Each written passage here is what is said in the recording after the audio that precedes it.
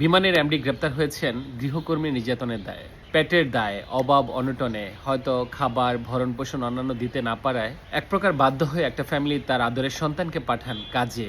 কোনো এক বড়লোকের বাসায় কাজ করবে, ঝিয়ের কাজ, বুয়ার কাজ, হেল্পিং হ্যান্ড, গৃহকর্মী যাই বলি না কেন, নিজের সন্তানকে এত বড় ফ্যামিলিতে কাজে পাঠায় যে অনেক সময় নিজের বাবা মা সেই পরিবারে ঢোকার অনুমতি পর্যন্ত পায় না, সাহস পর্যন্ত পায় না, হয়তো ফোনে বলে দেয় যে ভালো আছে। কতভাবে টর্চার করে, কতভাবে নির্যাতন করে, গরম খুন্তি দিয়ে সেঁকা দেওয়া, গরম পানি দেওয়া, বাথরুমে আটকে রাখা, মারপিট করা, এমন অসংখ্য অভিযোগে অতীতে গ্রেপ্তার হয়েছেন অনেক মানুষ। এটার খোঁজখবর রাখা কারো না কারো দায়িত্ব। যখন মেয়েটার ফ্যামিলি ভুক্তভোগী, যখন সেই গরিব ফ্যামিলির সামর্থ্য নাই সেই পরিবারে গিয়ে খোঁজখবর নেওয়া, তার আদরের সন্তানের খোঁজখবর নেওয়া, ঘরের অভ্যন্তরে কি হচ্ছে সেই ঘটনা আমাদের জানা নেই বলেই তাদেরকে অন্তত মাসে একবার হলেও থানা পুলিশের কাছে গিয়ে হাজিরা দেওয়া উচিত, অথবা অন্য কোনো এনজিও সংস্থা, সিভিল অর্গানাইজেশনের কাছে গিয়ে তাদের হাজিরা দেওয়া উচিত যে আমার কাছে এই গৃহকর্মী আছে এবং সে শারীরিকভাবে ভালো আছে, সে তার বাবা মার সাথে যোগাযোগ করতে পারছে এবং তার যে মৌলিক চাহিদাগুলো, খাদ্য, বাসস্থান, মেডিসিন, এই বিষয়গুলো তার এনশিওর করা হয় এবং সে ভালো আছে।